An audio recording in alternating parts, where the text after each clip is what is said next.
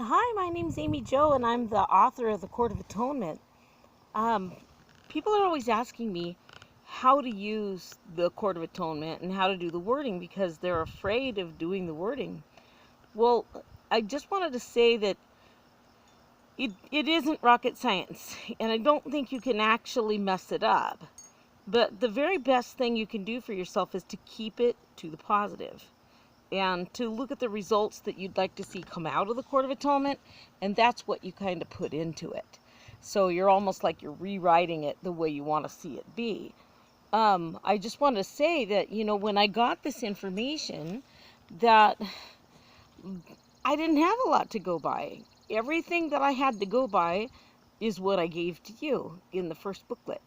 The they give me this information, and so people think, okay, well, you're a psychic, you're a channel, that people are talking to me all the time, but that's not really how it is. I'm just your normal everyday person who acts a lot like you do. I'm just walking around, I've got my thoughts, I've got this.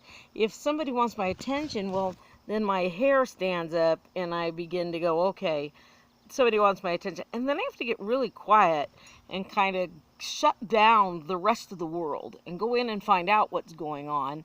And then I'm just thinking, it's just thoughts going through. And and at first I thought like maybe I'm making it all up. But you learn to rely on that inner voice. Everybody has this. This is not just for me. Every person out here has this ability to get really quiet and listen to what's going on. So I want to just give you that for the most part, I'm walking around living my life and I see things around me that bother me. And when they bother me, well, then I know it's part of me. It's something inside of me. You hear life's a mirror. If you point your finger, you have three fingers pointing back at you. Um, I go in and do that. I pardon myself for behaving the same way as that. And then I'll say, okay, well, let me put those two people into a court of atonement with each other, so that they get along better, so that they're happy.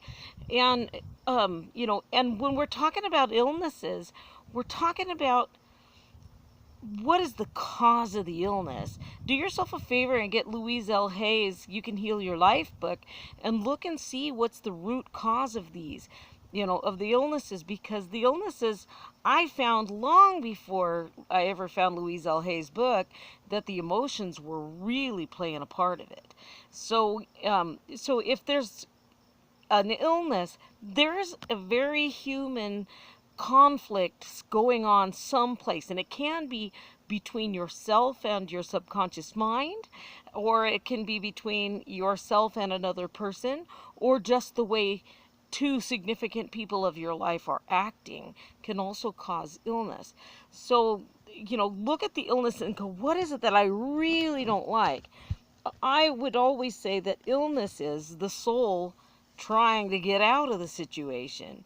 And, if we want to say cancer's kind of like the soul trying to leave. And we're just too big a chicken to go out and do suicide the right way, so we do this long, slow death process instead.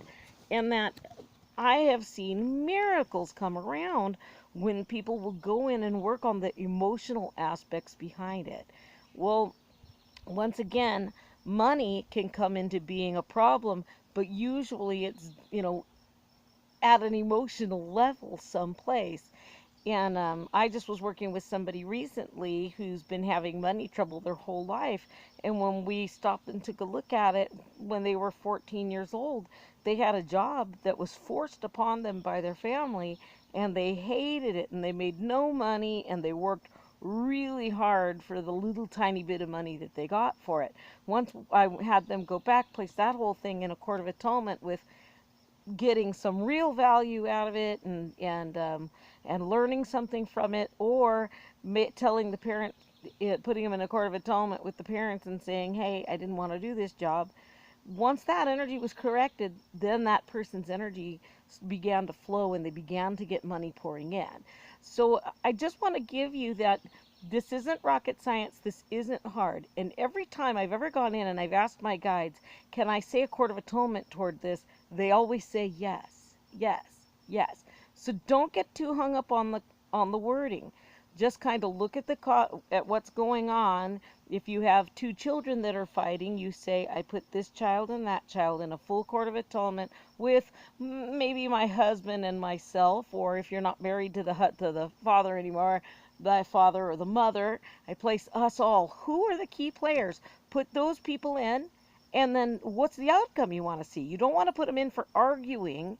You want to put them in for harmony and happiness and respect. So take a look at what it is you want, look at the aspect of what it is you want to get come out of it, and then put them in for that. And then again, I'm kind of learning to not say thank you, because really it's us who's doing the work, and to just expect. So I find myself no longer saying thank you, amen, because amen kind of cuts the energy off, and so we just kind of want to let it keep going. And unless you were saying this is over and out, then you'd say amen. So anyway, I hope this helps you out. If you have questions, put them in the comments below, and I'll try to do that in another video. Anyway, nice talking to you all. Bye bye.